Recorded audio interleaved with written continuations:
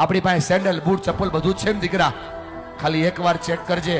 7 મહિનાના ઘસાઈ ગયેલા ચપલા પહેરે એ મમ્મી છે, અને ઘસાઈ ગયેલો શર્ટ જેને કોલરથી પહેરો છે ને એ બાપ છે. તમને ફરક પડે કે ના પડે, એમને ફરક પડે છે.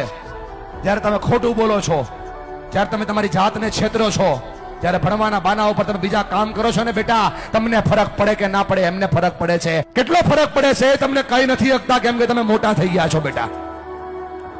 પણ તમે જ્યારે કઈ ડિમાન્ડ કરો છો ને, પપ્પા જોઈએ છીએ, તેની પાસે હોય નહીં તો એ દાંત કાઢીને જવાબ દે છે. તમે તો ખાલી માગી લ્યો છો કે ભાઈ પપ્પા જોઈએ છીએ, ત્યારે ખંભા ઉપર હાથ મૂકીને પૂછજો તો ખરા કે પપ્પા હું તો ખાલી માગી લઉં છું, તમે લાવો છો ક્યાંથી?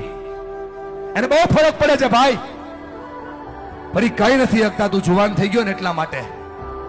અને જો મારા પર ભરોસો ન હોય, ખાલી આંખોમાં ચેક કરે કેટલો ફરક પડે છે.